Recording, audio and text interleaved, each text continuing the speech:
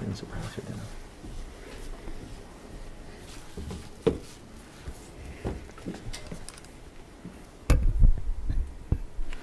Good afternoon, Chairman Rose, members of the board, Dr. Benson. After Tuesday's board meeting, staff began work as we had already planned when the bill was ratified and became law recently on our response to that. And as promised, we gathered and started formulating the best decision for our students and our families and our school system in general. After that, we convened again yesterday to finalize the plan. You got a foreshadowing of it in the board updates, but the plan had not been finalized.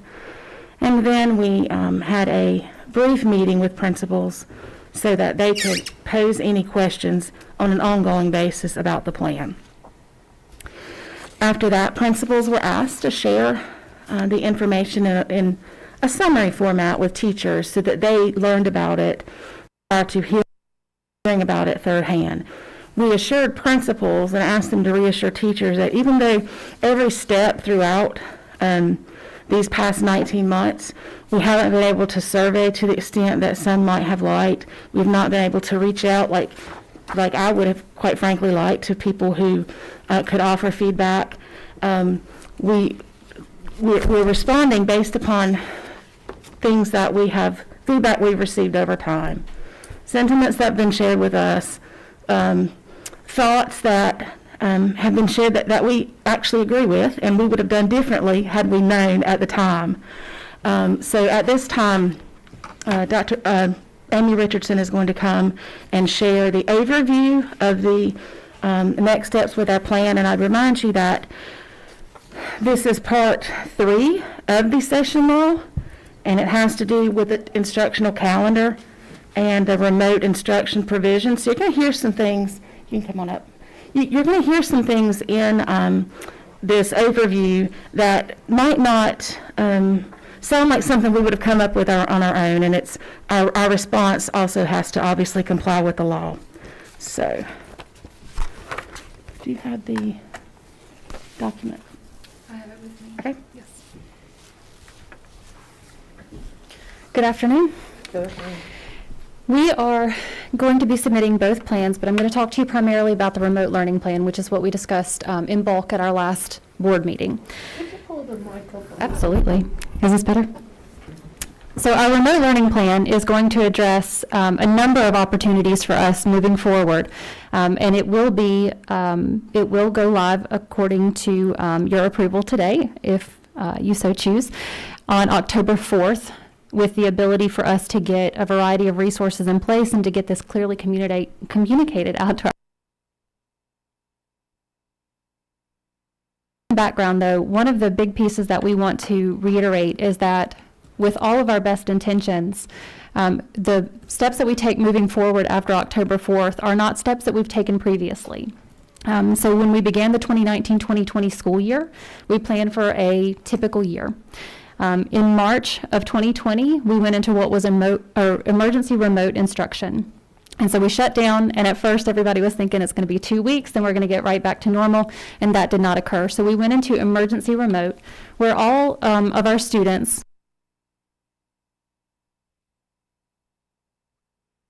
student classes stayed the same, no schedule changes were made, and teacher-student assignments remained intact. In the summer of the following year, we planned for 2 different anticipated models. We planned for an A-B cohort model, and we planned for full remote. We entered last year in full remote with some caveats, but fully remote schedules were structured so that teachers and students did not have to have varying assignments. Let me make that clear, so that they didn't have to have varying teachers and students in the same class, right? Those assignments, those class assignments were standard, and they were static. They did not move. We moved into March of this past year, and we had to do some changes. We asked our families to commit to either in-person or remote. And we knew that there would be a bit of variability there, but overall, our students and our staff were locked into groups and locked into master schedules and locked into course assignments that remained in place between March and June of this past year. At the end of this past school year, I believe it was Senate Bill 37 expired, and that was the one that said that school systems must offer a remote option to students and families for them to select. So at its expiration, we knew that our summer planning would involve plans for fully in-person instruction, with the exception of the opening of Alamance Virtual School, which was originally intended to be secondary and then expanded to K-12. In that review, we diverted our resources, our planning, to fully in-person, with the exception of AVS and supporting their launch. So, as we have seen the new session law 2021-130, that's a mouthful, come to fruition, we know that that also gives us a bit of flexibility for students who are quarantined.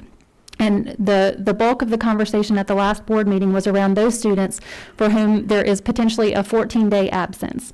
It's not a commitment to our virtual school. It's not a commitment to virtual learning for the full year, but it is that space in between the time in the classroom planned for full instruction face-to-face and that time when they are out as required by either isolation or quarantine as directed by an ABSS school nurse. So, in all of that, our remote learning plan, our remote instruction plan rather, will be submitted, and that will cover the 5 days that we have available to us under calendar flexibility for weather-related emergencies, right? So the occasional snow day, perhaps a day for a hurricane shutdown, anything there, it will cover our ability to use them. It does not signal that we intend to use all 5 days, but it will cover the LEA should we choose to do that. Outside of that, it also covers if we have an event where an entire class or an entire school has to close due to COVID exposure. So in the event that that happens, it very clearly spells out, and I'll get to the details in just a moment, what happens there. It also begins to set some parameters that we discussed last week around what happens for those students who are on quarantine for that short amount of time, sometimes longer, sometimes not, and how they can access their learning with their teacher without our teachers having to hit a moving target hour by hour, day by day. So our remote instruction plan, teachers will continue to keep their learning management system up to date. And you know that as Google for K-5 and Canvas for 6-12. That is the place where most of our resources are housed, where students complete a variety of assignments, and where students access other remote instruction opportunities that the board has approved. You've heard us talk about Achieve 3000 and Imagine Learning, a contract at your approval, and that's where we integrate those pieces as well. Students and staff are assigned devices, and they are able to take those devices to and from school when needed. So in order to access remote learning, they need access to a device. In our process, we have a student assigned to an ABSS device. Not every child takes a laptop home with them every day, and that's okay. But they will have access to one should they need one when they are asked to quarantine or isolate for a period of time.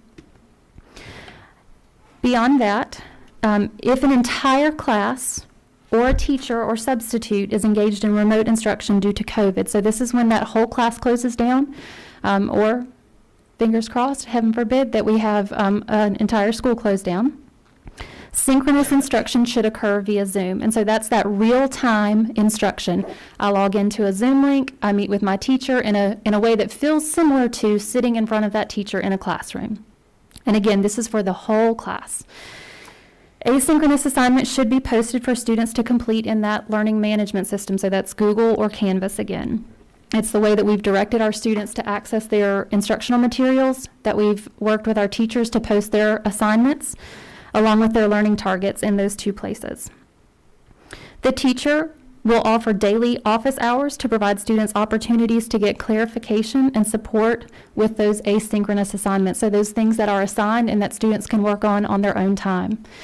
In that, we know that feedback is one of the best strategies for student learning.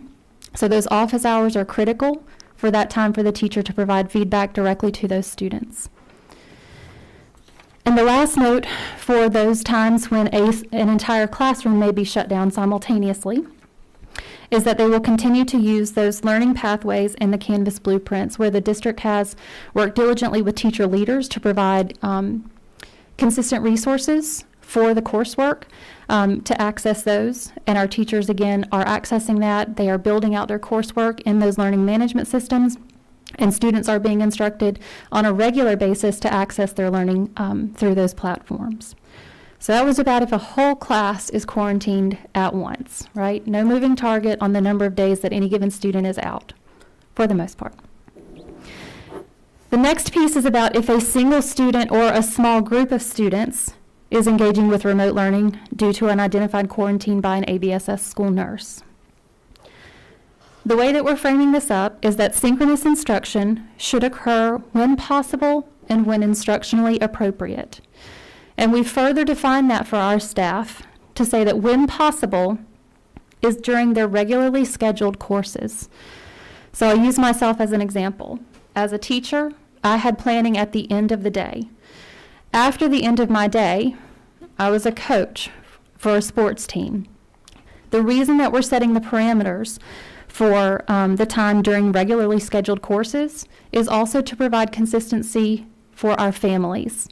So if I'm going to work with my students from first core, they're going to expect to receive an invite from me for the time that their first course happens. So if I have an 8 to 9 for first period, my teacher for first period is going to invite me to opportunities in first period. I don't expect to receive an invitation from my teacher at 5 o'clock in the evening, at 7:30 in the evening to log in and to get additional support then. So it's within the regularly scheduled course that they would be logging in for that access. When it's instructionally appropriate is also a big part of our work with this response. Having students log in for, I'm going to go old school, for a lecture, which we don't do that very much, but having them log in for a lecture and simply listening to something is not as advantageous as having small group interaction with their teacher, where they can hear more clearly, they can observe examples more clearly, and they can ask questions more readily of their teacher. So in this, we do set the parameter of when it's instructionally appropriate, knowing that on any given day, any number of small groups can be convened by a teacher, and that would be a more appropriate time than simply saying, come to class. And so for our needs and for our purposes, we have set up the parameters for when possible and when it's instructionally appropriate. Asynchronous assignments should be posted for students, similar to what you heard for the whole class. So again, that's those assignments that are posted that a child can work on independent of their time with more direct interactions with their teacher. And two-way communications will be provided to students for instructional feedback. So again, we fall back on what we know to be a best practice for instruction, and that feedback is critical. Examples of this will include a teacher may host a live Zoom for their students who are out on quarantine. They may host a small group Zoom for their student or students who are out on quarantine. They will monitor and respond to student questions through email, and they will monitor and respond to students' questions through the learning management system. So again, back to that Google Classroom and back to Canvas for secondary. Outside of that, we do intend to submit a virtual instruction plan that is separate from the remote instruction plan. And I won't get into those details, but DPI is simply looking to see what we are doing with our virtual school. And so we will be recording all the great things that are already happening there. The logistics for this to go into effect for for October 4th, for attendance, students who are engaging in remote learning, they will be marked if they are an approved, a verified, quarantined, or isolated student. They will be marked initially as out due to quarantine. If and when they are able to participate in remote learning, they will be marked as present off-site. That is a code that we have access to, and it is one that would allow us to show that they were engaging in the ways set up between them and their teacher. Students who are students who are on quarantine that do not participate in remote learning will continue to have the absence code of quarantine marked. It is an excused absence, and we have families who may be concerned about it being an absence code, but it is an excused absence code because it is at the direction of the school. Students who are absent from school for reasons other than verified quarantine periods will simply be marked absent as they have been previously. And we have protocols in place for communication, and we know that there may be questions, so we've also worked with our schools to think through what those questions might be, how they might come to fruition, and how to best proceed with the quickest and accurate response. Participation is for verified positive cases by an ABSS school nurse who are placed in isolation, and for verified close contacts by an ABSS school nurse who are placed in quarantine. Those are the two groups of students who are able to participate in remote learning. The technology component, again, students are assigned an ABSS Chromebook, and while we may not be seeing all of our students from ABSS taking home a laptop every night currently, that's okay. That's not the expectation. The expectation is that they are using those appropriate to the instruction and the learning environment, but they will have those accessible in the event that they are asked to either isolate or quarantine, and then have opportunities to engage in remote learning. Families who need hotspots will have the ability to request one from their school, so that when they pick up their resources, if they are not ready on the day that they are notified to pick up their child, that they will be able to obtain that resource. We also know that this will require more technology support from central services.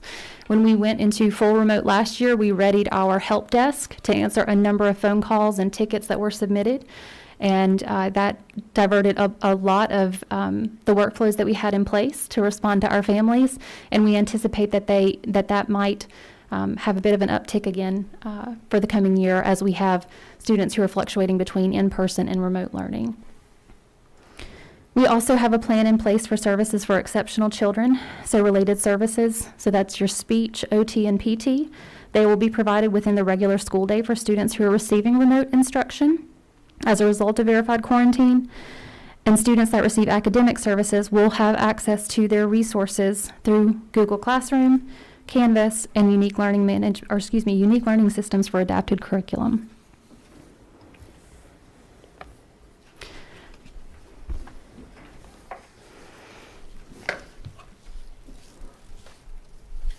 So as Ms. Richardson, thank you, Ms. Richardson. As she indicated, we intend for this plan and any adjustments that we make to it based on what we hear back from our principals, the questions that emerge that might not be fully responded to in this plan, for an October 4th implementation. We're already aware that some students are already accessing some of the sources that Amy mentioned during her presentation. It will be formally an expectation on October 5th, which permits us another opportunity to bring it to you in its final state, as well as the plans that we are going to submit to DPI. So you'll see the ABSS response to this law, and then what we are submitting to the Department of Public Instruction. Only one of those plans needs the board's approval, but we're going to bring you both next Monday. Yes. And we'll take any questions or comments about the plan.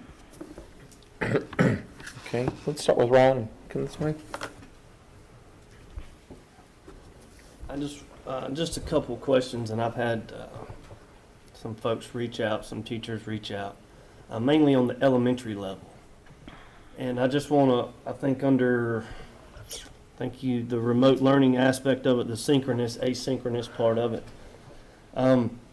I just want to confirm that synchronous piece is not a mandatory piece. That is a optional piece for our teachers, so we're not adding anything additional on their plate. So is that correct? That's more of an optional piece?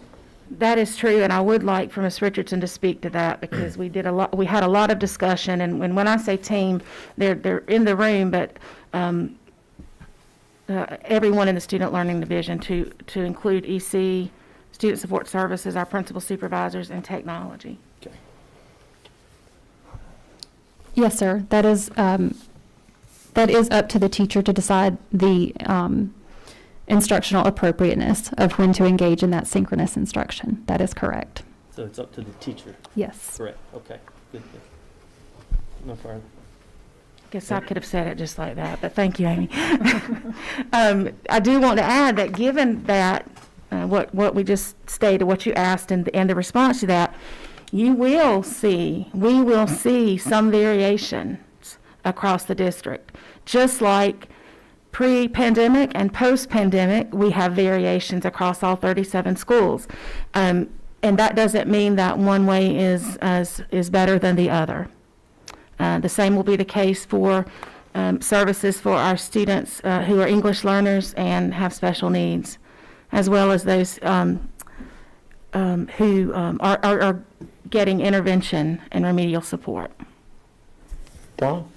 Yeah, so you said it went out to the principals who in turn sent it to teachers. Have you gotten any feedback, already from anyone in terms of what issues they may see? So I provided the principals with a link to just be able to populate a Google form so that I could watch that at least twice daily.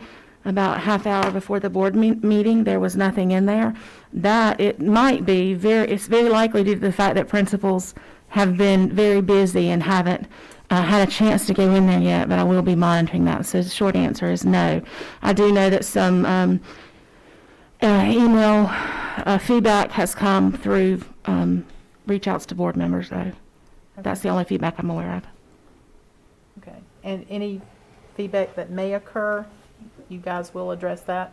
We'll address it, and what we'll do is as we meet as a team, looking at the feedback from all angles that are represented on the team, and decide whether or not it is something that needs to be included in the plan. It may be a really great idea, but what we know as we look across the district, it won't be feasible for all 37 schools. That's an example of something we won't be able to include, but perhaps a school would have the latitude to do that at the building level, and that would be at the direction and with the support of their principal supervisor.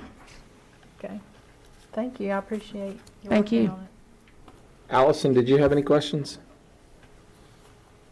No, I think that Ryan asked my question regarding additional work on the part of the teachers. I just want to ensure that we're not asking our teachers to return to, trying to do a full remote as well as an in-class, that these students that remote in will participate at that time. So I guess unless there's an additional comment to that, I'm good. Okay. Patsy, you have any questions? Of course I do. Okay. You're going to have to take it really slow with me because I'm kind of confused here. Amy keep referring to there's two plans, and you indicated remote instruction plan. Is that the one where the students will continue on Google and Canvas? And what's the other plan, the virtual plan? Why two? Did the law specify two? Yes, it's a requirement, and we don't have to submit either.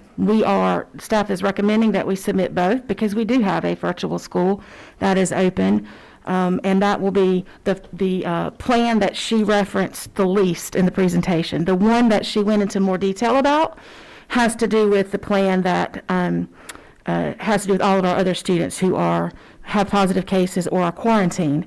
Interestingly, I mentioned earlier, only one needs board approval, and that's the virtual instruction plan. And you obviously gave us your approval of that, of opening that school in early spring. So, Okay, so the virtual plan will only address virtual learning through the virtual school. correct. And are you saying at the time that we approved the virtual school, we did not submit a plan to DPI? I'm just trying to see why the request for the plan is under this new law, when in fact we had the authority to do that earlier? So when we submitted the plan as presented to the board and accepted by the board, that was, we went through the process with the Department of Public Instruction to actually open ABSS's 37th school. So that's seen as a very different process than under this law. And we are working with the understanding, and our perception is that they are asking about a virtual instruction plan for schools, for districts who may not have a formalized virtual school with an official school code. Ours is 010450, and they do intend to exercise virtual, planned virtual instruction. Our planned virtual instruction is under a school code with an official school name. Okay, let me see. So you're basically saying in this law for districts that have no virtual school, this is giving them an opportunity to in fact establish a virtual school with this plan? Is that what you're saying? No, you wouldn't be able to open a virtual school now, to my understanding. This is if they want to do a separate virtual instruction plan for that would look like what we provide to our virtual school students, which is very different from the plan that Amy went into much detail about. But they want to simulate that in some way. I don't know what way. I'm confused because, and maybe I watched too many other districts, school districts. But the other school districts, and I'll just use Charlotte-Mecklenburg for example, clearly at their meeting, they were discussing having a virtual school plan due to their students being out for COVID. And it appears that what you just said is that is an option, but we're choosing not to do it because we have a virtual school. Is that correct me if I'm wrong? That's not necessarily the logic. The logic is that we have a virtual school in place to which any family could apply. Obviously, as you know, we did have a waiting list. It is ABSS's, the staff recommendation that we respond to this session law by providing a plan for remote learning and leave in place our planned virtual instruction. Once again, we do still have that option if we chose to. I'm not saying that we need to, because that's going to put a lot of burden on our teachers. I'm just trying to understand the difference. If we wanted to, although that we have a virtual school, which was established pre these COVID numbers that we're getting now from the dashboard, if we, as a district, wanted to implement a virtual school now, because we know we have a waiting list, we know that parents had no idea that we would be in the predicament that we're in, that we could in fact do that. Yes or no? That's what I mean. Yes. It's the process that would require parent permission. So in essence, our district would have 3 different plans in place. One that address virtual instruction at the Alamance Virtual Academy. One that addresses remote learning for our quarantine and positive case students, as Amy described. And then thirdly, we would have another unofficial virtual planned instruction school that would need to be staffed. Is not recommending that third virtual school at this time. That is correct. Okay. Now, I think Ms. Westbrook, I was kind of concerned when you first started and you talked about the opportunity that the principals had to get information from us teachers. And I know the feedback, yesterday, I think Facebook just blew up with the fact that somebody had posted a remote plan. So one person had it and everybody else was like, we didn't get an opportunity. When did you give that to the principals, and in what format did they get feedback from the teachers in regards to the recommendations you present today? So we never directed principals to gather feedback. That was not our intention. Our intention was for principals to share certain bullet points that they needed to be aware of before this preliminary plan came to the board today, so that they wouldn't see it for the first time on whatever venue or source they. So like today is our first day of seeing this. It basically is the first day that anyone other than administration and or principals have seen your recommendations? Principals had a 30-minute meeting yesterday, called meeting, and then were asked to either share the bullet points that I referenced earlier with their teachers at a meeting at the end of the day or throughout the day today if possible. Okay. And this is going to take a while, so I ask my fellow board members to be patient with me, because as you know, this is the first time we've seen this. So basically, you're saying, okay, we got the 3 options, and then we also have permission to do up to 5 virtual days for snow days under this particular law, correct? Correct. Okay. And then you're basically saying, this is the confusing part, that only in the event, or is this your recommendation, only in event when the entire class have to social distance, or quarantine, excuse me, or a school, can students do remote learning? Is that in the law, or is that your recommendation? It's part of the law for remote learning. Amy, if you'll jump in if But I unless misspeak we regarding do the law. option 3, which is provide a plan for virtual learning, Yeah. due to quarantine students, correct? We are providing that plan, and that plan is our virtual school. But to your point earlier, yes, it is correct that we could have a second virtual plan, virtual instruction option, and staff is not recommending that at this time. But in reality, we're not offering virtual, other than the fact that when you look at the closing date, which was prior to school beginning.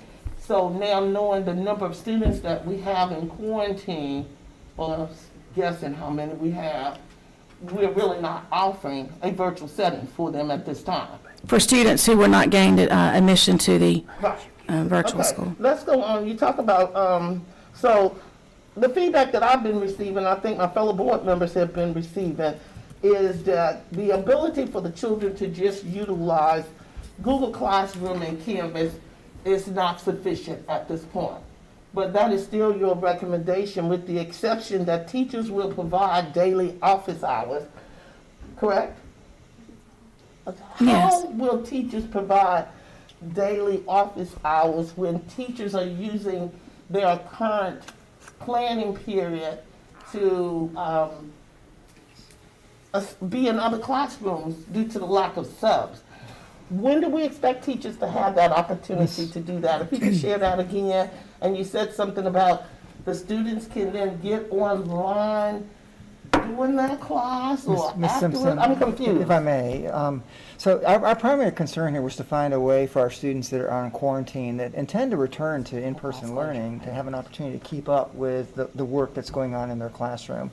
Part of that is accessing those learning progressions in Google Classroom and on Canvas. What we're adding into that is an opportunity for teachers to work with students directly in a way that will best benefit students, which could be small group instruction during the regular scheduled course. So there's another layer here that we're bringing in that would allow teachers to have that kind of interaction with students during the time that class would be occurring, and not outside in some office hours kind of setting. And that structure, Okay, pardon this me. is what I'm trying to, if I don't understand, there's a lot of people out here looking who don't understand. So that's exactly what I'm asking, is what is different from today? We know using Canvas, and we know that using Google Classroom, students can access that now. I mean, parents are saying that some of the students been doing it.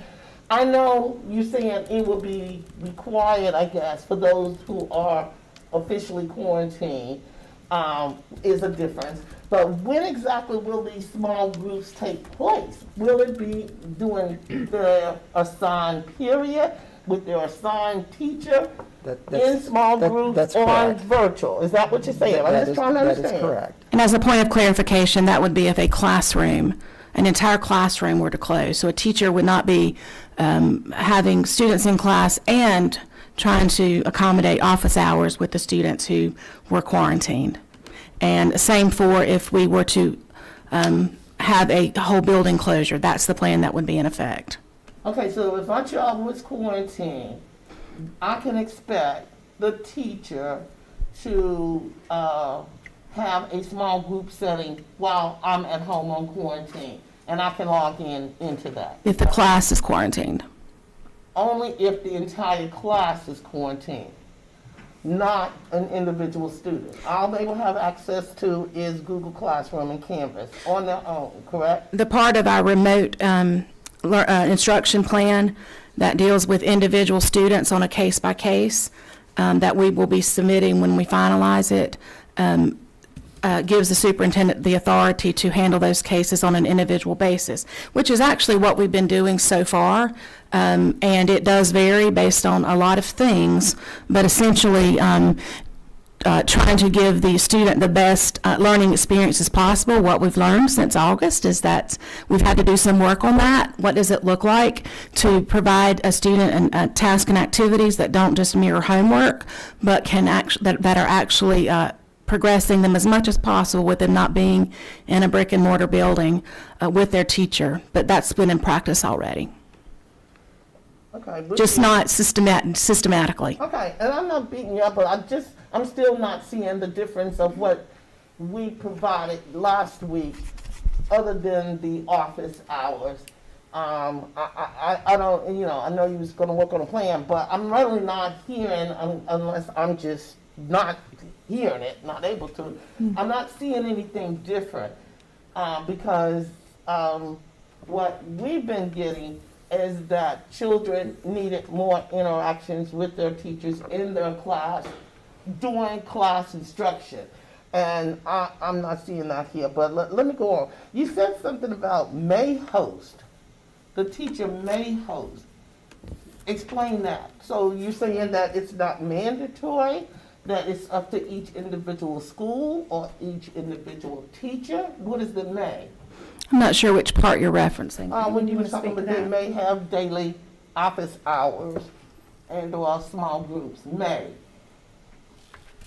versus will. Yes, ma'am. And that goes back to our intent with the remote instruction plan, which is to say that it is up to the professional educator in the classroom to make that determination. And it goes back to our guidance as well, that says that it should happen when possible and when instructionally appropriate. So that may does not require it to be at a certain point on any given day, but gives the flexibility to the teacher in the classroom to reach out to the family and say, there's an appropriate time for you to log in where I can give you either my undivided attention or I can give you the support that you require because of the way that I am teaching you and instructing you. Here's the best time for you to log in to receive that instruction with me, and then we will cover the topics and the lesson at hand. And will teachers be compensated for the time off of the clock? We are not requiring them to do this off of the clock. It will be offered during their regular instructional day. I think that the confusion rests in this.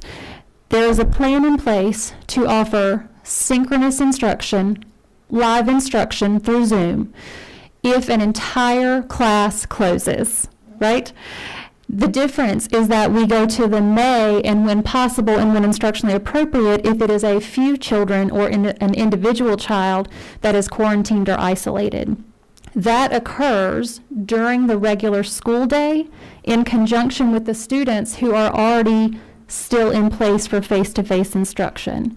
So the office hours that you're referencing exist only when an entire class or school closes, because if an entire class closes or a school closes, nobody is, quote, covering for another teacher during their planning period as far as going to another space. They will be covering for them remotely though. And so in that, we know that the full school closure or the total class closure is going to facilitate more direct instruction, more synchronous instruction, whereas the individual student or the small group of students who may be quarantined at any different set of dates in that time period, there's got to be more flexibility for the teacher to determine what is the most appropriate fit to invite that student in for a live face-to-face. But based on our numbers, that is not the majority of our students who are out of quarantine.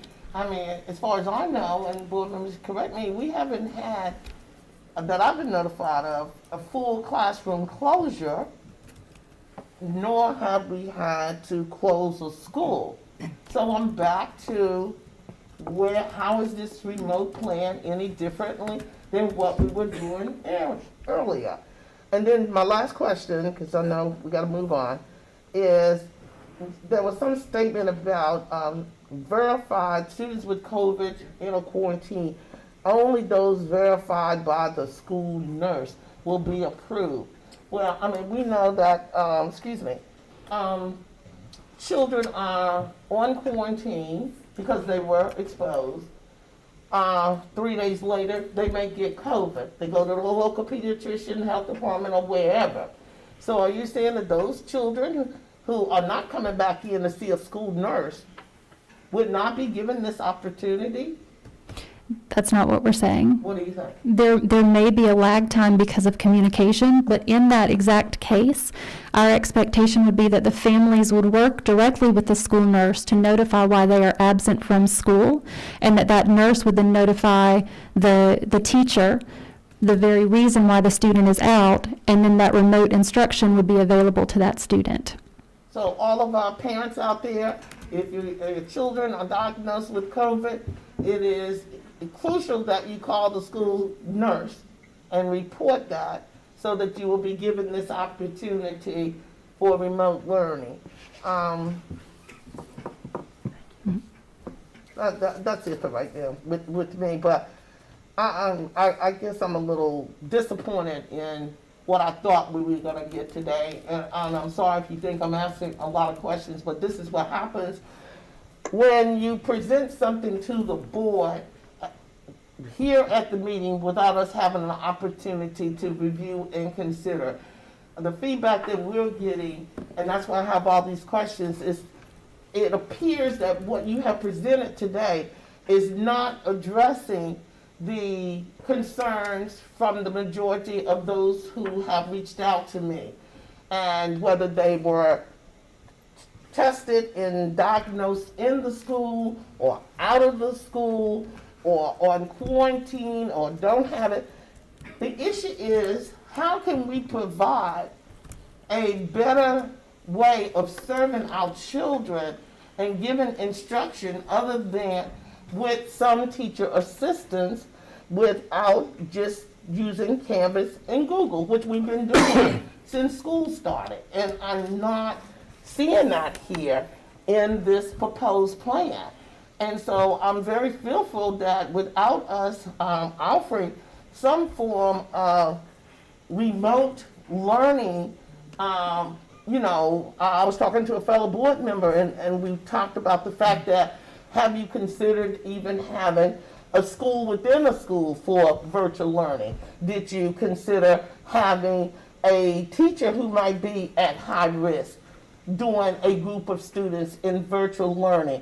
I'm just not seeing where this plan is providing the immediate relief that we need to assist our children in this learning process. That's all my questions. Ms. Simpson, if I could just add to that. So we asked the board to meet today so that we could share the plan in progress and get feedback from the board. We will bring this back to the board at our regular meeting, but we also felt, given the sense of urgency that the board raised, that we needed to have an opportunity to discuss this with you all in advance of our regular meeting. And I want to go back to what Ms. Richardson said about the option for teachers to work with students who are in quarantine during their assigned class period as being the add-on to not just being able to use Google Classroom and Canvas, but clearly we need to. Right, and my concern there is just hearing what teachers have said thus far and knowing that we're collapsing classes and teachers are filling in.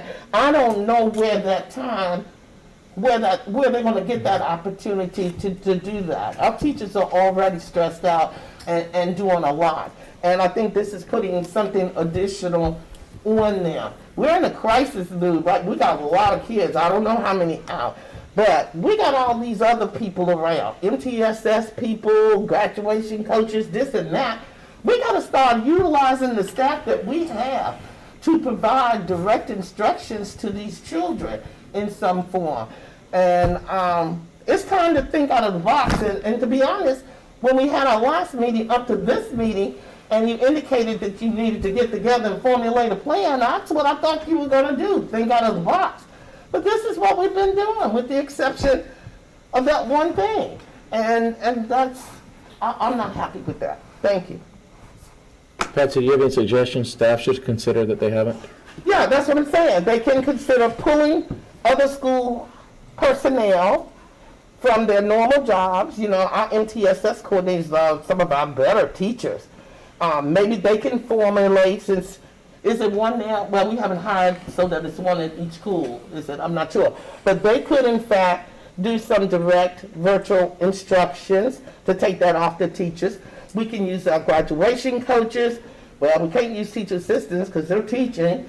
But we need to find other people who can actually provide that mechanism of teaching, as opposed to, I mean, we knew how it was not successful last year when we were doing full remote, and it was up to the children and the parents to go online. So how do we expect those students, who are the most vulnerable ones now, to access Google and Canvas?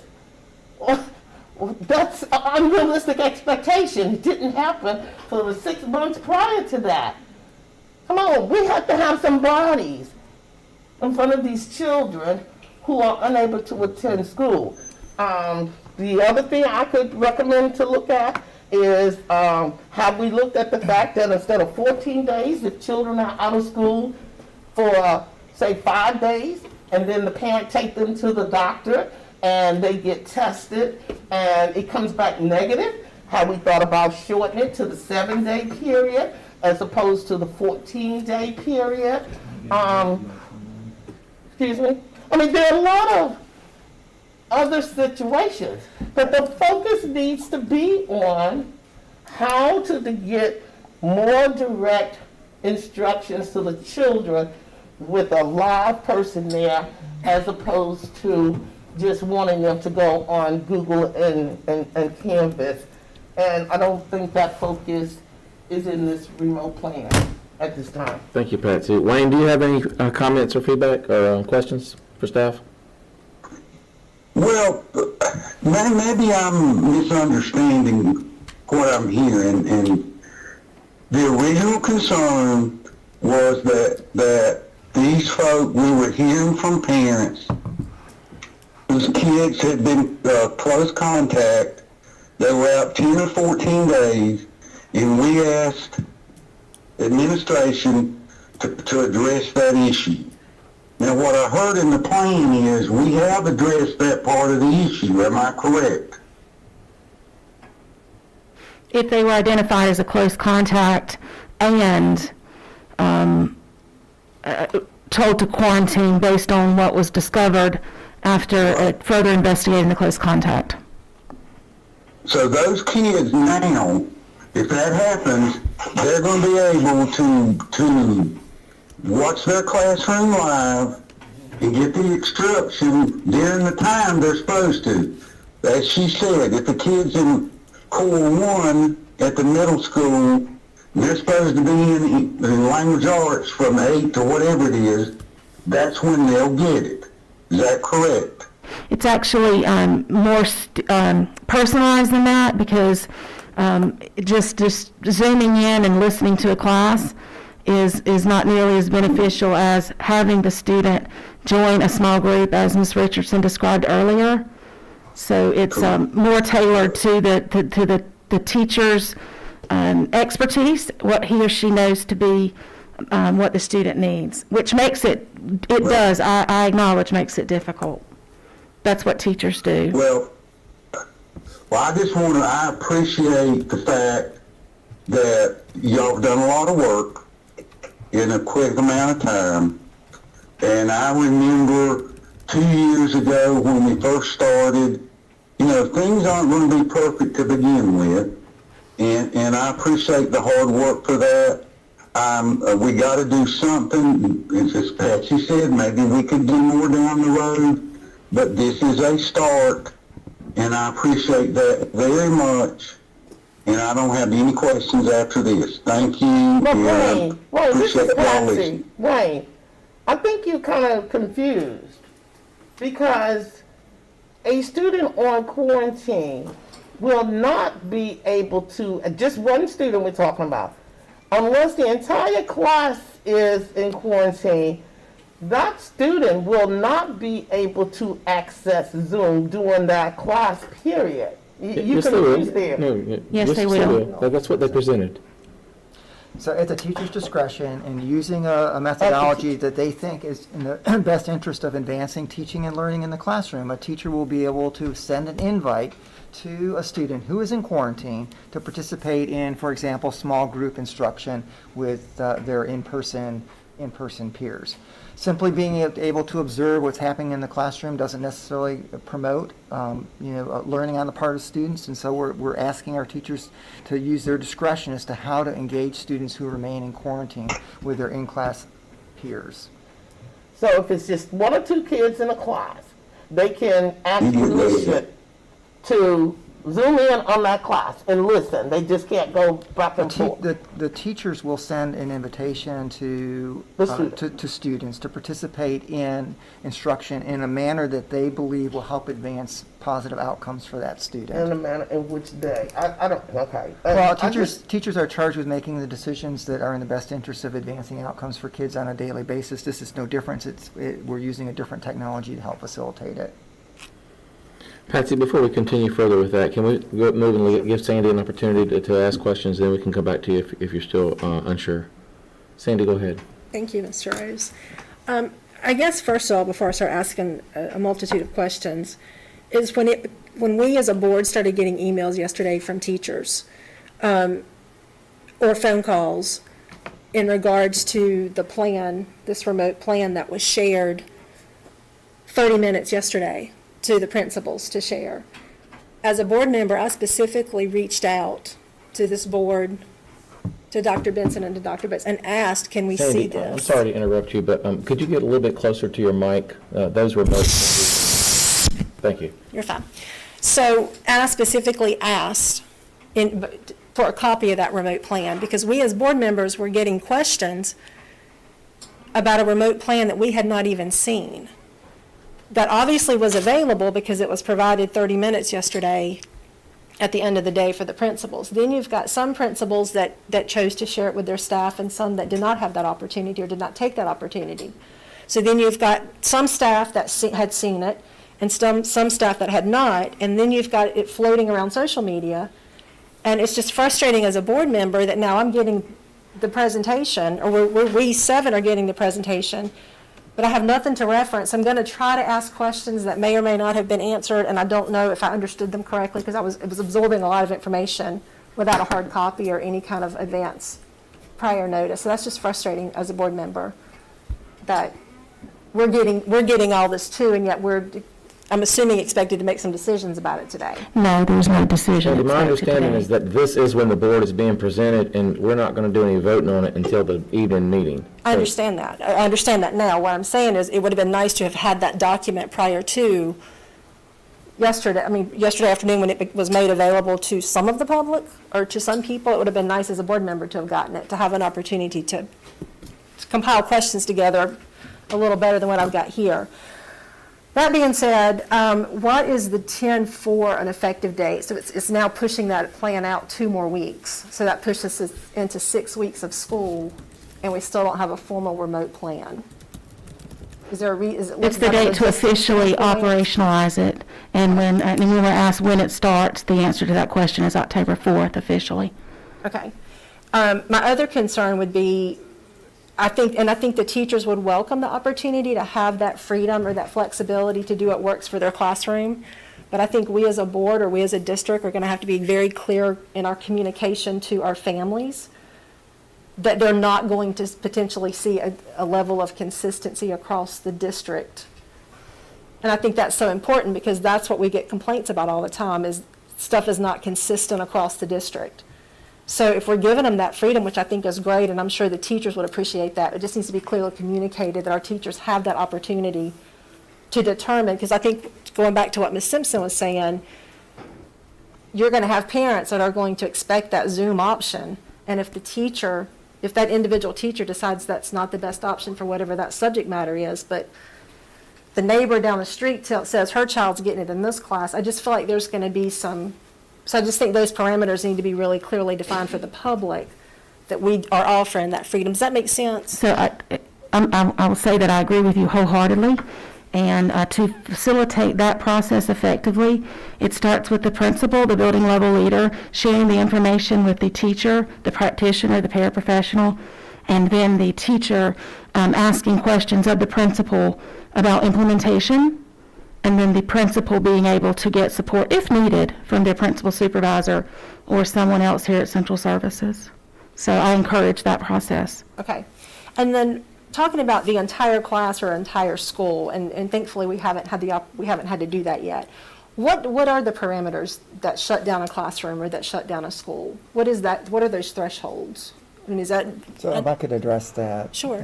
So one of the issues, in terms of being able to safely operate a school is making sure that you have sufficient adults available in the building to help with overall supervision. And if we got to the point where we had a significant number of adults in the building such that we could not provide that safe and learning environment for students, we would look at closing an entire school for a period of time.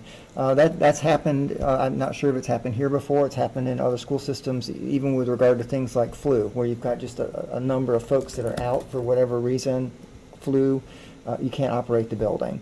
So we've been in contact with all of our principals about their ability to continue to operate their buildings, giving the staff that is currently either positive or quarantined. At this point, we have not reached a point where we feel like we cannot continue to operate the building. If we had such that a cluster occurred in an individual classroom where a significant number of kids were impacted, or the teacher were impacted, we would look at closing that particular classroom for a period of time and moving to full remote learning, which is permissible under the law. Okay. And part of it, from what I was hearing, when possible and when instructionally appropriate. I'm assuming that different people will have different definitions to what when possible means and when appropriate means. So that kind of circles back or follows back over to that teacher freedom. And I guess it's just concerning, and I'm hoping that we're going to get feedback from the teachers, because some teachers, and probably they're just now hearing, they're getting the bird's eye view at the same time we are, is having them the opportunity to give feedback for that before we. So we're hearing what you all are saying, the questions that we're raising. We will bring this back at the evening meeting and try to flush out some of the information in a clearer way. But please know that as we attempt to develop and implement plans, we do seek input. And at what point are we ready to share that information with the board as a whole? How do we get input from individual schools to inform the process along the way? And I don't want to compare it necessarily to the chicken or the egg, but there's some of that here, is that if we want to get input from folks, we have to let people know what it is that we're thinking about. That may cause some concern, which is apparently you've heard from some teachers based upon our taking that out there and sharing. We think this was what it might look like for the system as a whole. And we are trying to operate as a school system, not a system of schools. So there have to be some overarching expectations for what this looks like across all of our schools and all of our classrooms. So we value that input. We value the questions that you all are asking. I just would say that we'll take that. We're not asking the board to act on this this afternoon, but we felt like we needed to talk about where we are in the process of developing this plan to see what else it is that we need to do to move this forward. Thank you, Dr. Benson, and I respect that. I just think yesterday being a professional development day and having staff and teachers in the buildings would have been an excellent opportunity to put this out there. And unfortunately, we gave it to principals, but not all principals shared it. And so I think we could have I understand. thought through that a little. It's disappointing to me on some level that it's like it's all things COVID. And we have other work that needs to be done in the system in terms of improving outcomes for our kids. So we're trying to balance that. I appreciate that feedback, though. I think the public just expects us as board members to know what's going on, for us to be informed. And then when they call us and I'm like, well, I haven't seen it, I don't know. It's frustrating for them as it's frustrating for me. So it's. I think it's important that when people call us like that, Sandy, that we remind them that we are a governing board and that we have a particular role to play, and that we're not staff, we're not administrators, we're not in the staff meetings, and we're not developing the plans. And so sometimes the order can be reversed around, and it appears like it's that way, but it's not. Things are going through the right process, in that staff is developing a plan, they're reaching out to other staff and sharing it, they're getting feedback, and they're putting that plan together, and then they're bringing the package to the board. And at that particular time, the board takes that information and addresses it, gives feedback, and then may go back and change it. So if anywhere along that time continual, when that plan is being developed by getting feedback from, we're a very large system, that if someone starts criticizing that plan or calling a board before the process has developed to us, then it can create the impression that we're being left out of the loop. But it's really not that. It's really just the process hadn't played out. And so sometimes we just, as board members, have to sit back and say, when that comes to me, I'll take your feedback, I'll look at the plan, and then I will give feedback to staff. And so sometimes it's just a matter of understanding what our role is. And a lot of times people in the public don't, and it's incumbent upon us to let them understand that. But I don't think that staff is trying to keep it from us, or that they are trying to bring it to us at a time that's inappropriate. It's just, this is all developing, and there's a process for which it came to. And I think this process worked out quite well, because we as a board asked for this meeting at the last meeting, and because we wanted to have this information before the next meeting when we vote. And that's what they did, as they did exactly what we asked. I don't blame the staff for it, Tony. As Who do far you as blame? us being a governing body, we represent the people. And when the people call and ask us a question, and I'm being held accountable, as an elected official, when somebody calls and asks me a question, and I can say, yeah, I don't know, let me find out for you. And then I send an email, to the same email that all of you got, I responded to it and said, can we see a copy of this? Are we going to get a copy prior to the meeting tomorrow? So then I walk in and I'm getting this plan when a lot of other people are getting the plan. I can stay in my lane, but my lane represents the people. And I need information, and it's frustrating to sit in this seat and be held accountable for decisions that I don't make. And when I'm trying to interact with the public and I don't have the information that they have, I mean, that gets frustrating. And I'm sorry if I'm not looking at that appropriately, or I'm not looking at it the same way, but that's what we're sitting here for. I understand that. I think it's important to understand the representation of the public is balanced by the fact that we're a governing board and we're a body. And there's a process that needs to take place. And we need to be patient and wait for that process to play out and then respond to what's given to us. And it's okay to tell a constituent, the board hasn't been presented with that, but when we are, I'll get back to you. But you can't do that over and over again with the same people, Tony, or on the same For matters. yourself individually when you make that statement. You're not speaking for all of us, because she's trying to express to you that she does not agree, and I agree with her. So you're speaking as an individual, but let's move on. I think staff got the point, is that we were not informed, we would like to be informed, and somehow this didn't work out well, so.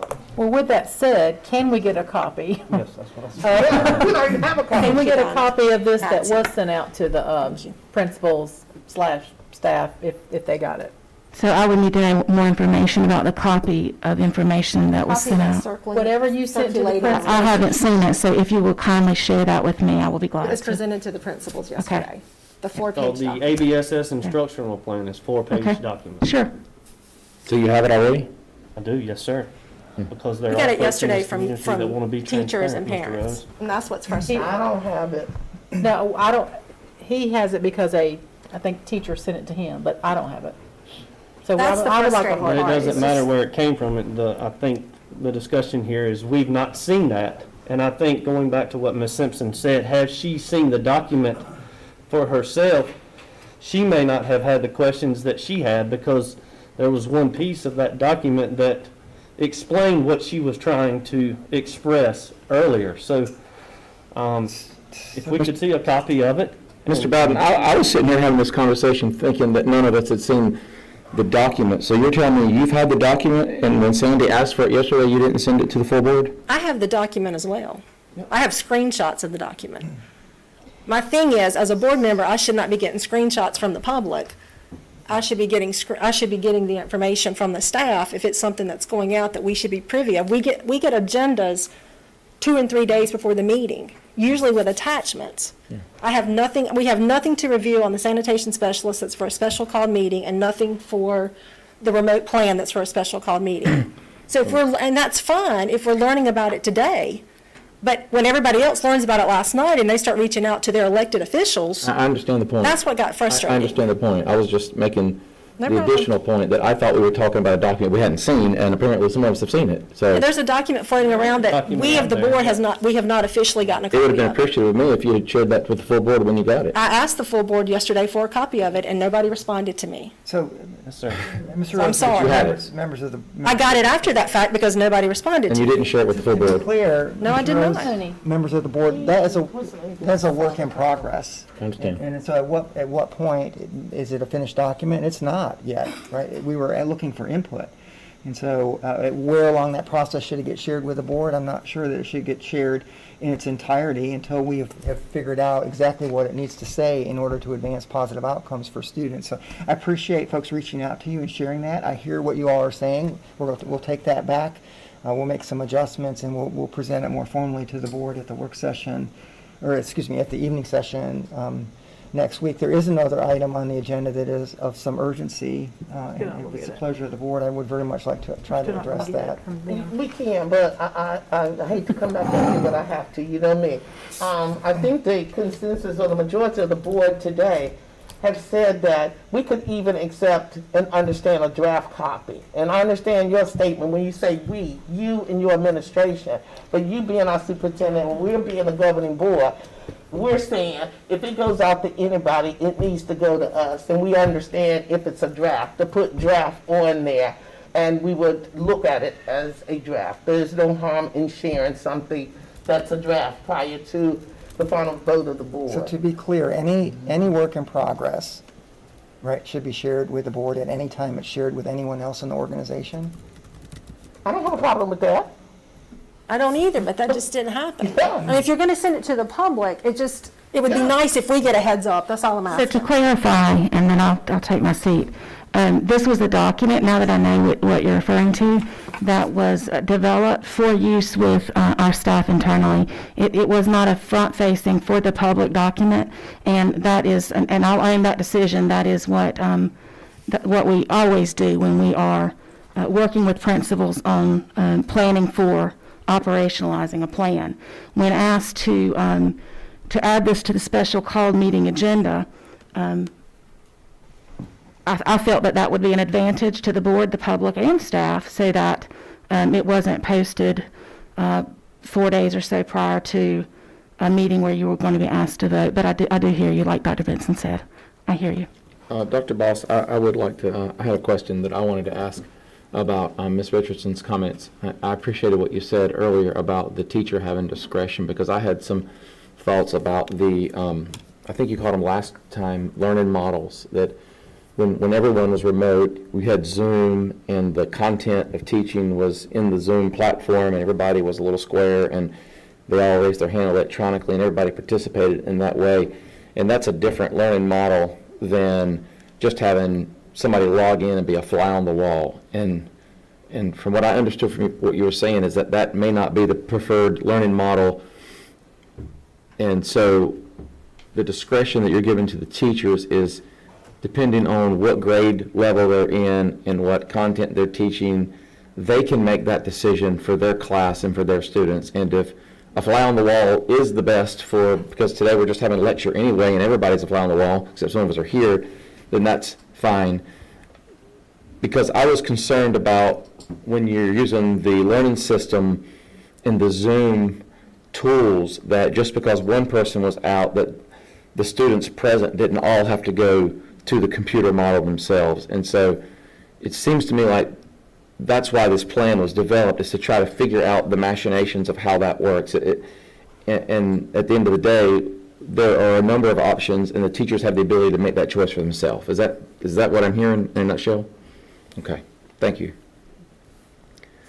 Okay, we're not going to vote on that today. We appreciate your input and your feedback and your work this past week putting all that together.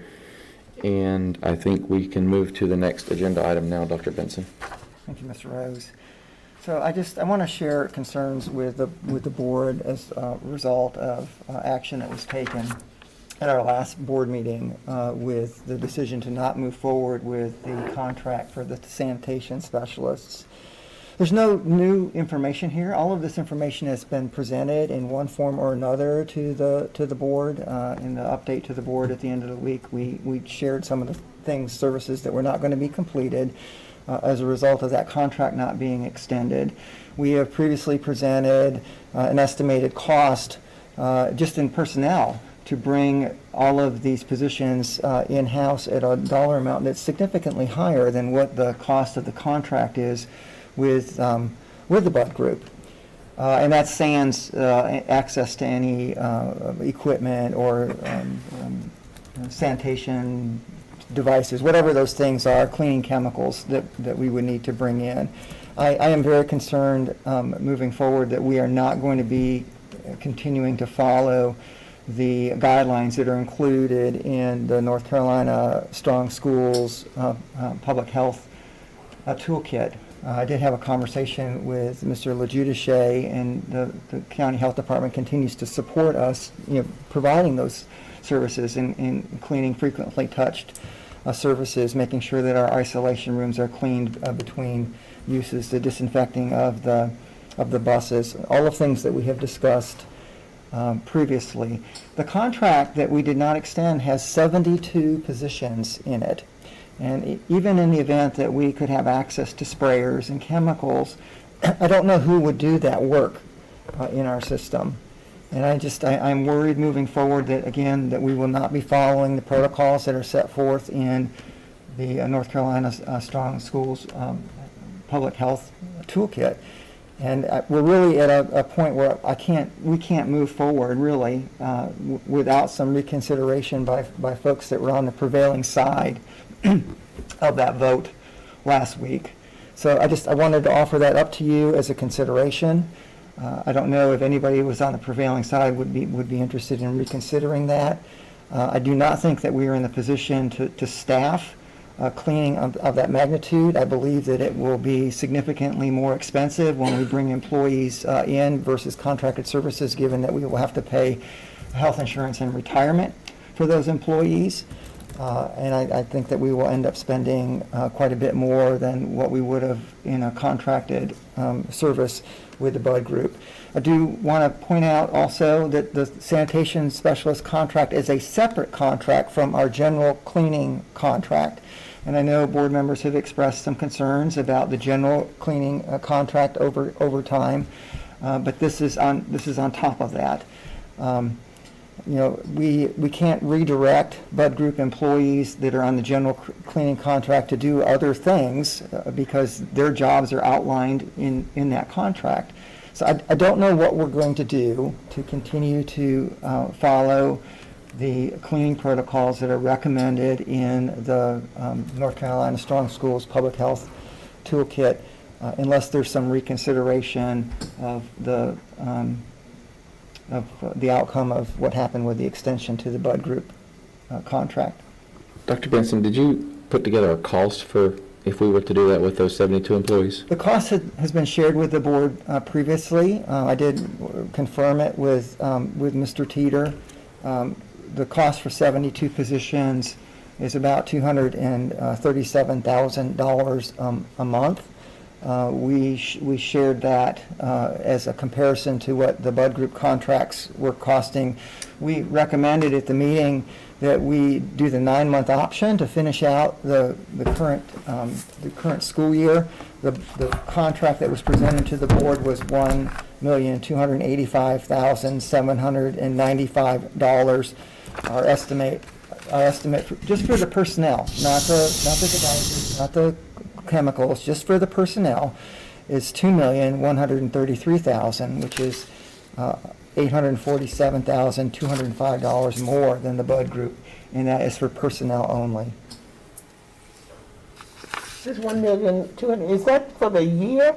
That's not for the 3 months, is it? That's for 9 months. Okay. That's for 9 months. We had two, in the presentation last week, we had two options for the board. We recommended the 9-month option to get us through the remainder of this current school year, and that was priced out at $1,285,795.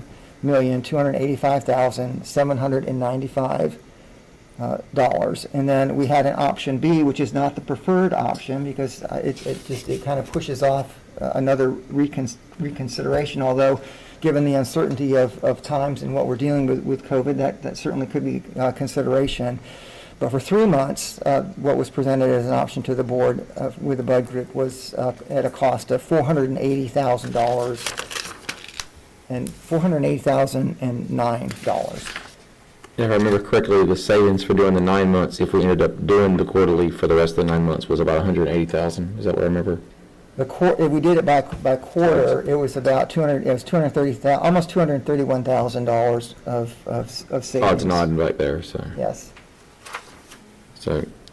So, again, we don't really have a way to proceed here unless there's some reconsideration by the board. I'm concerned that we are moving toward the end of if I could ask September. Adam a question real quick, Dr. Benson. Adam, are you there? Yes. So, if there was a reconsideration of what took place, a prevailing side person, that's just for the motion. The second does not have to be a prevailing side. Is that correct? Or does the motion and the second have to be prevailing? Yes. That's correct. Yeah. Sorry, it took me a second to follow your question. Okay. Correct. Okay. So I think what would be appropriate at this point, Dr. Benson, is for me to ask the board if there is someone on the prevailing side that would like to make that motion. And if we have a motion in a second, then we can proceed with discussion on that. Otherwise, it's a moot point. Is that fair? That parliamentary procedures question, what percentage of the vote of the full board would have to be made in the motion to reconsider? Just the majority. Can you check that, please? Yes, I will. Okay. I think it requires a 3/4 vote. So if I remember correctly, the vote last time was a 2 to 5 vote. So I think that prevailing vote could come from anyone other than Wayne or I. So I would just ask the board, is there anyone of those 5 that would like to introduce a motion to reconsider? Yeah, this is Allison. I'd like to introduce a motion to reconsider. Okay. Is there a second to Allison's motion to reconsider the 2-5 vote last time to not approve the COVID sanitation? I'll second it. Okay, thank you, Wayne. Okay, so with a motion and a second on the floor to reconsider, I'm going to start with the other way and come back this time with questions for staff or any comments that board members may have about this particular motion that's on the floor. So Sandy, I'll start with you this time and we'll go back the other way. And this is to revisit the same numbers that we were given. Correct. The 3 months The or the meeting 9 month last week. options. And my position hasn't changed. I was privy to what was sent out to the staff that was shared in our board update. Some of those bullets that were shared with school leaders, that we don't clean the sick rooms and that I'm assuming some of that stuff, I understand we're in the middle of a COVID crisis, but some of that stuff would happen under normal circumstances, correct? If a child is sick and...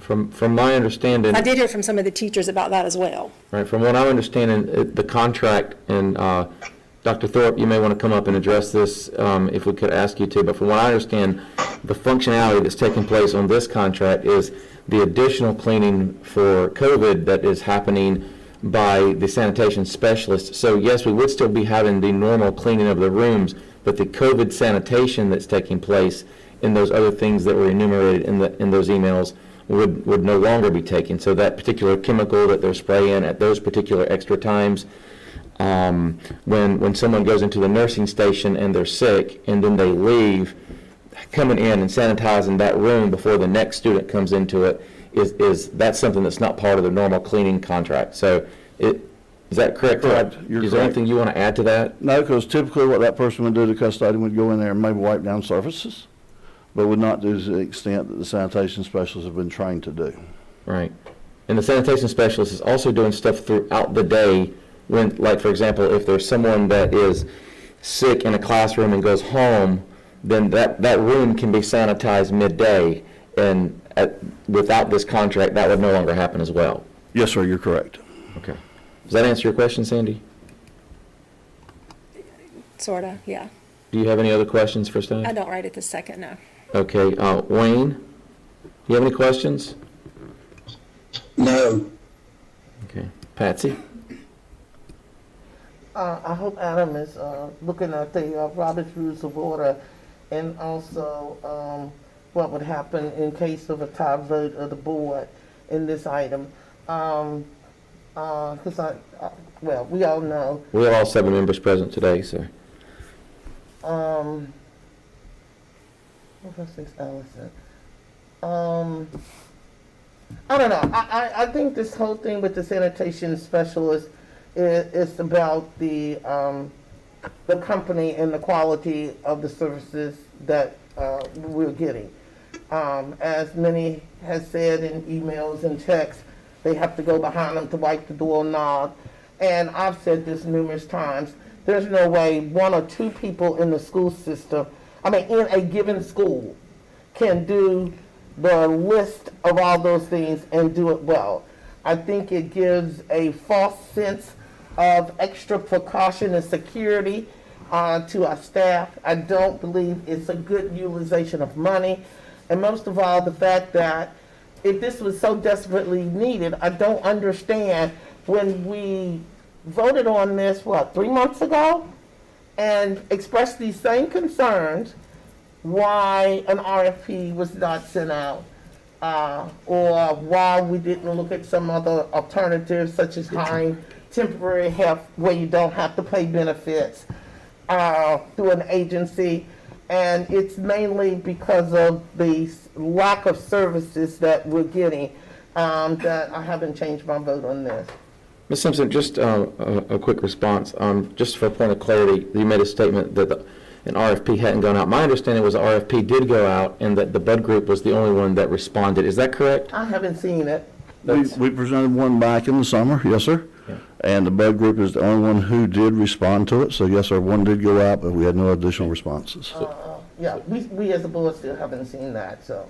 I'll be more than happy to share it with you. Thank you. Okay.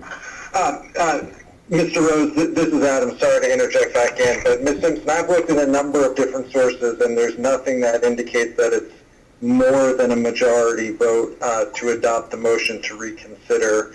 And then if the motion to reconsider passes, then there's then a second vote on the initial motion. Correct. If the motion to reconsider is not passed, then obviously there's no subsequent vote taken. Right. Thank you, Adam. Allison, it's your turn. Do you have any questions? I don't have any questions. I am very concerned after hearing and listening, as well as our report on what exactly sanitation specialists do. It seemed to be a little more scope in it than I originally had thought, so I'm glad we were able to see that. I think we have to remember that this is separate from the daily custodial services that the Bud Group provides to us. We also have asked Dr. Thorpe to bring us options for a new service beginning potentially for next school year. So I want us to be sure that we are keeping these 2 items separate. I don't know if there's anybody within the school system, that can speak more directly to the value other than what we've heard. But I am going to vote that we extend this contract, just so everyone knows what my position is at this time. Thank you, Tony. Okay, thank you, Allison. I think I'll make my comments at this time as well. I think that, Patsy, you've made some good points, and I have too shared your frustration over time with the general status of cleaning. And I don't want my comments to come across as if I'm disagreeing with those points generally that you've made. However, I have to ask myself, with this particular cleaning specialist contract consideration, not is it happening perfectly, or not if it is the same company that's doing our general cleaning, but if what is happening is efficacious to keep kids well so that they can have more educational outcomes that are positive and spend more time in the classrooms working towards that goal. And I believe that the services that this contract is providing, even though they may not be perfect, and even though we may need to share with staff that there are areas that we think that can be improved upon immediately, I think it is important to recognize that this service happening is going to not just keep COVID sicknesses from being spread, but it is also going to help keep other seasonal colds and flus and other types of sicknesses away. And I think that's an important distinction to make right now, because there are a lot of things going around that are not COVID, but the symptoms are similar to COVID. And so if a child gets a flu or gets a head cold, then they have to go home and quarantine in some instances and miss their education, when otherwise they may not have had to do that. And I believe that the spraying that's being done, cleaning these areas midday, are doing things to not just keep COVID down, but also keep these other sicknesses down that will lower the frequency in which people have to quarantine, which will keep more students in class, and that is more beneficial to our educational outcome. So I do believe that the money is well spent. Next year, it may be very different. We may not have that, and people who have those types of sicknesses may not have to go home and be quarantined for 14 days, or they may have just go home for a couple of days like we used to do when somebody got sick. But right now, when we are under the CDC and the Health Department guidelines for these types of quarantines, for these types of symptoms, I think this service is very valuable. And I'm very concerned that right now on October the 1st, if we don't continue this service, that we are going to have the spread of not just COVID, but other sicknesses. And at the end of the day, we're going to have more students at home rather than class. And that's why I think it's imperative that we have enough board members to recognize that fact and to vote to extend this contract, if not for 9 months, for 3 months, but that can be a discussion after we go through this reconsider vote as to how far we should extend it. We can bring that particular conversation back up, but I think it is imperative that on October the 1st that we are doing our best to sanitize our schools with this service. And I regret that the RFP didn't have other people, and maybe we can continue to look for other people. Maybe we can continue to hold the board group accountable with the types of service that they're doing to improve upon those services. But I think it's a mistake to stop sanitizing our classrooms right now. And with that, I will move to Donna for questions. I don't know if I have questions, comments, or whatever. Either one. I'm struggling. I'm really struggling. Because of the fact I hear from various people, or from both sides. In some schools, there are no complaints. But in more than, at least what gets shared with me, in more schools, there are complaints. So what bothers me is that we have less than half of our schools maybe are getting a good job done, but the others are not. So I hear from parents and I hear from teachers with both sides, and that's why I'm really struggling. It's hard for me to understand how there's not another cleaning service that would not want a contract with a school system. I don't know that I can truly believe that. There's got to be other folks out there other than this one person, this one group, from someone that's not even near our county to do this. And so I truly am struggling. But at the same time, I don't want anyone in our schools to think that I do not value the safety of our children. I have given my entire career to serving our kids, different aspects, but I am an educator at heart, and I don't make decisions or choices haphazardly. I've mentioned many times that I do a lot of reflecting, a lot of praying, and I do consult or ask people in our school system their thoughts. And their feedback. So until you take the vote, right now I'm not sure which way I'll go, but I do want to say that I am not happy with this company. I've been saying that for a long time now, and I really don't feel that the effort to look elsewhere has been made as well as it could have. So I definitely want to be on record with that. But I've always stated that our children are our priority, and I will always do what I think is best for them. And with that, Ryan. Donna, if I could just ask you a follow-up question, just to make sure that I understand exactly what you're saying. I understand that there are concerns about the Bud group and the normal custodian work that's happening in the schools, and that your criticism of that is valid with their inconsistency. But what we're voting on today is just the COVID sanitation specialist. Are you hearing inconsistencies in those spaces as well, or are you referring to the cleaning, the general cleaning, as where the inconsistencies are? Both. Okay. If you look at the bullets that Sandy pointed out, I was sorry I had my Bud group PowerPoint up here from last time. If you look at the bullets that Sandy mentioned earlier, toys in pre-K classrooms will no longer be cleaned. I don't think that was happening in some schools anyway.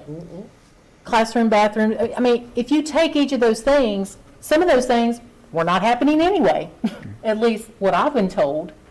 So that's why I'm struggling. I understand. Some places it may be. I've heard folks say, I have no problem. If I do, I address it immediately and it's fixed. And then there are some like, Well, the concern that I would have, the concern that I would have is that in an effort to vote no out of frustration for the areas where we recognize it's not happening, that we would be taking it away from the areas where it is happening. And so I just would ask you that if we were able to work with staff and work with the leadership with the Bud group and address those areas specifically where they're not happening, would you be willing to reconsider your vote so that we could continue providing the good services in the area where it is being provided? well, Tony, that's why I said right now I'm struggling, and I probably won't know what I'll say until you take a vote. Okay, that's fair enough. Ryan? Well, before you go on, since you get to add in, I think you need to clarify when you make the statement that we're going to stop sanitizing, and that is not true. I mean, that's not the only time we sanitize. They clean at night. They do other things to make the building safe as well. I'm sorry if I was unclear. Janitorial. I'm sorry if I was unclear. When I said stop sanitizing, I'm talking about the COVID sanitation services that are being provided in this particular contract. That's the only one I'm talking about.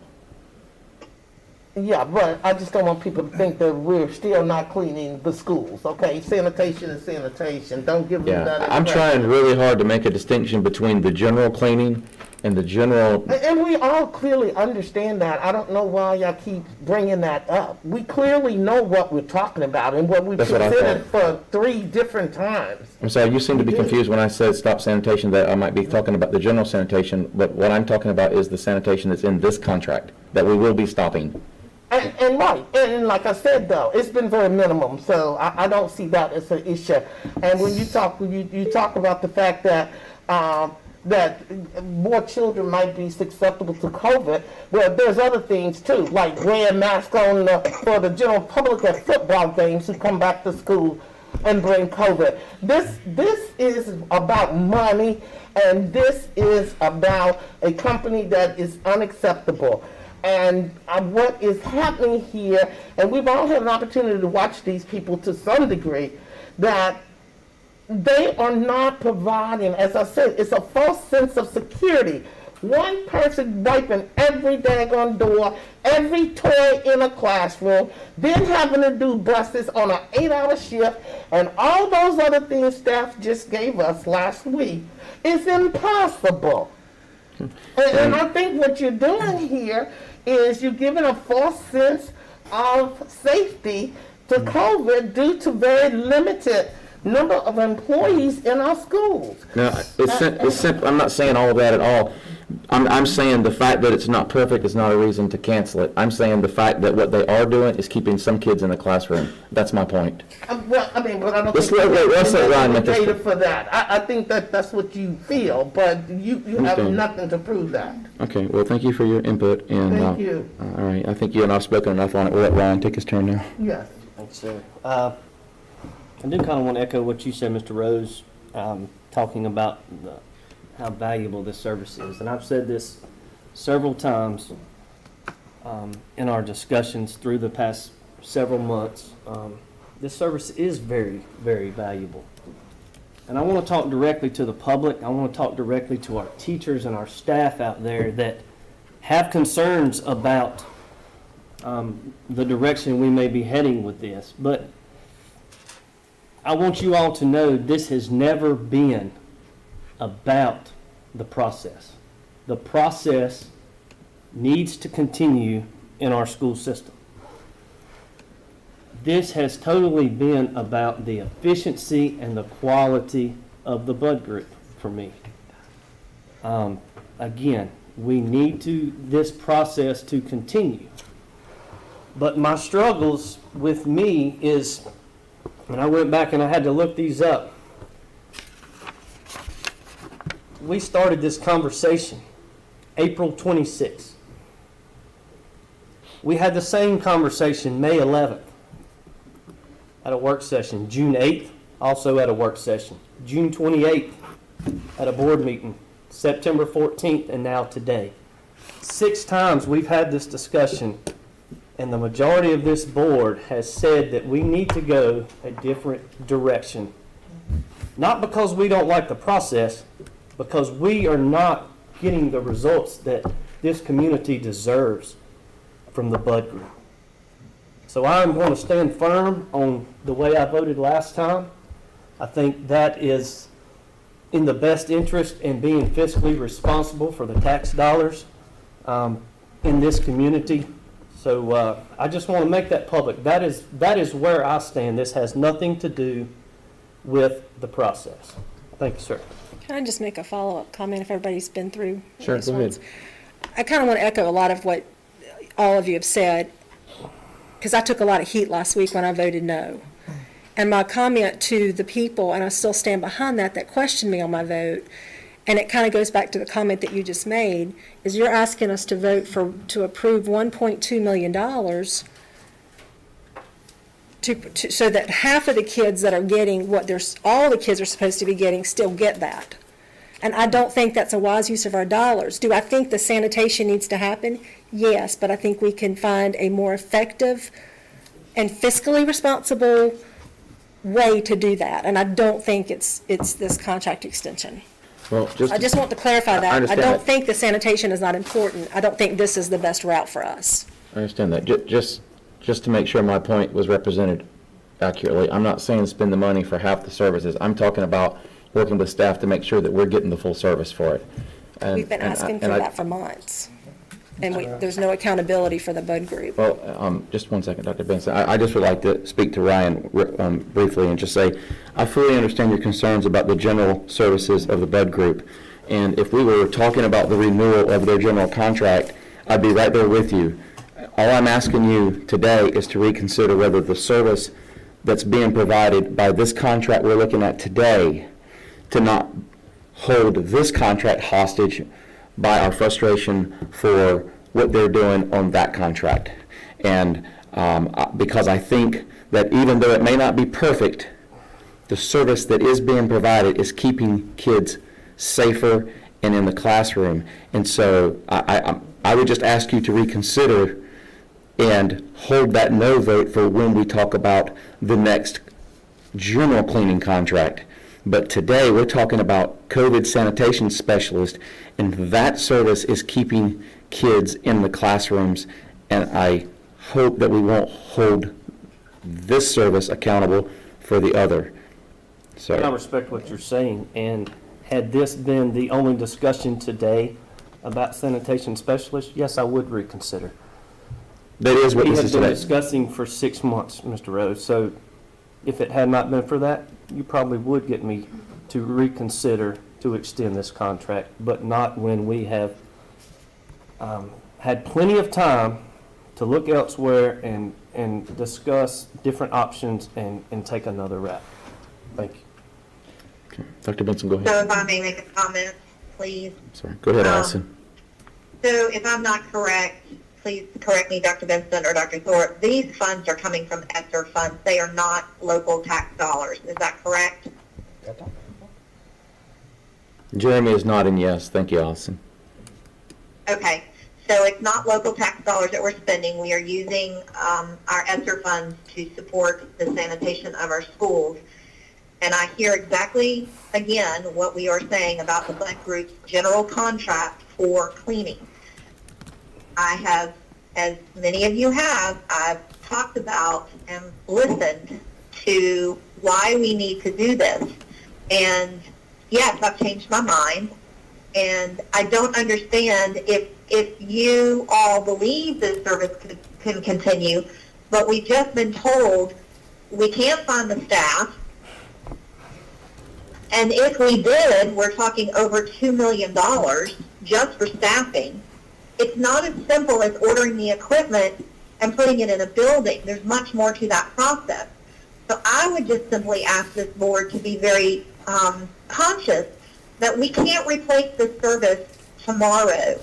That's not how it works. And even if we went out with another RFP, it's going to take time, and we are going to have a lag.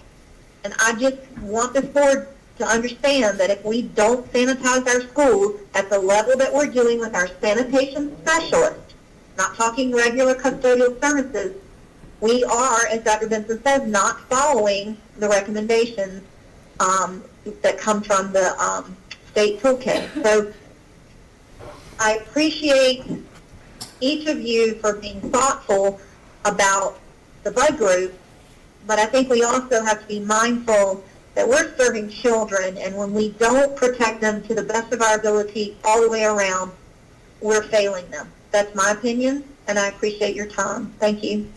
Thank you, Allison. I think Dr. Benson had something he wanted to add to the discussion. Yeah, thank you, Ms. Rose. And we have heard very clearly from the board as a whole a desire to go out and do a new request for proposals for general cleaning services, and we intend to do that.